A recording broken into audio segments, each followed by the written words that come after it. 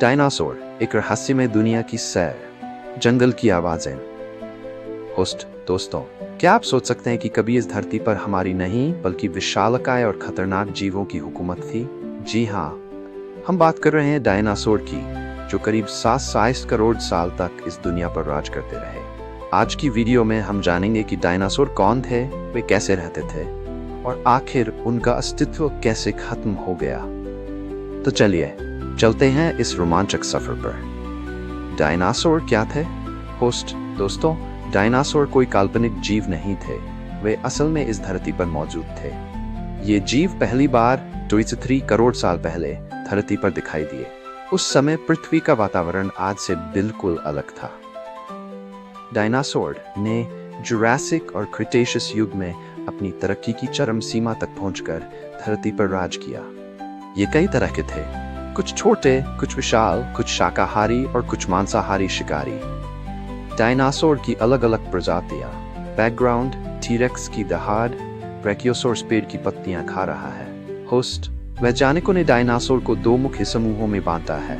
सॉरिस्किया, जिनके कूल्हे छिपकली जैसे थे, अर्निथिस्किया और निथिस्किया, जिनके कूल्हे पक्षियों की तरह थे। सॉरिशिया में सबसे प्रसिद्ध नाम है टायरानोसोरस रेक्स, टीरेक्स, जो एक खतरनाक शिकारी था, और ब्रैकियोसॉरस, जो एक विशाल लंबी गर्दन वाला शाकाहारी डायनासोर था।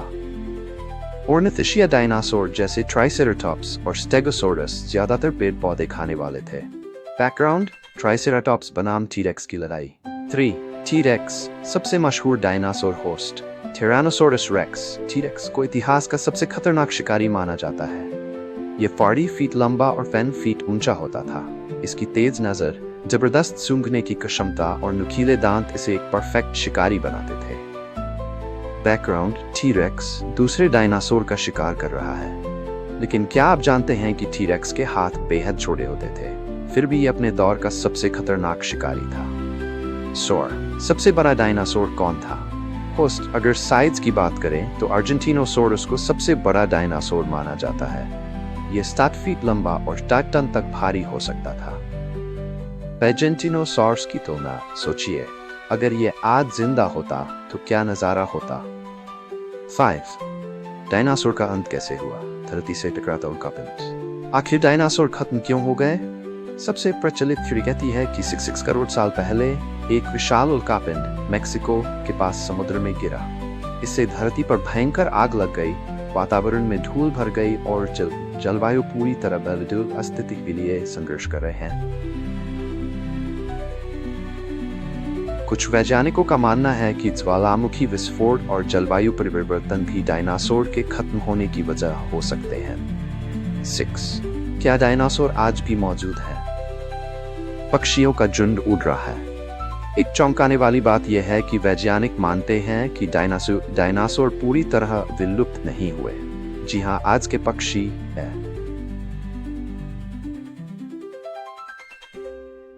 मतलब कि अगर आप किसी कबूतर, चील या मुर्गी को देखते हैं तो आप असल में एक छोटे डायनासोर के वंशज को देख रहे हैं। सब, क्या इंसान और डायनासोर कभी साथ रहे? होस्ट: क्या इंसान कभी डायनासोर के साथ रहे? इसका जवाब है नहीं।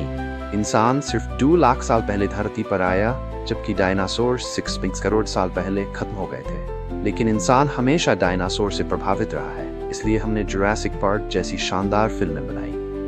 बैकग्राउंड: जुरासिक पार्क मूवी के क्लिप्स। 8. क्या डायनासोर फिर से जिंदा हो सकते हैं? होस्ट: क्या हम डायनासोर को दोबारा जिंदा कर सकते हैं?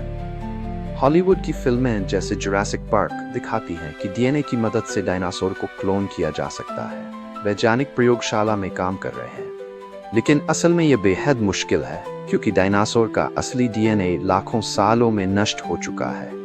हालांकि वैज्ञानिक पक्षियों के डीएनए का अध्ययन कर रहे हैं ताकि डायनासोर से जुड़ी और जानकारी जुटाई जा सके। निष्कर्ष: तो दोस्तों, यह थी डायनासोर की शानदार कहानी। यह सिर्फ एक कहानी नहीं, बल्कि विज्ञान का एक अद्भुत अध्याय है जिसने हमेशा से लोगों की जिज्ञासा बढ़ाई है। का मोन्टाज। अगर आपको ये वीडियो पसंद आई तो लाइक करें, कमेंट करें और चैनल को सब्सक्राइब करना ना भूलें।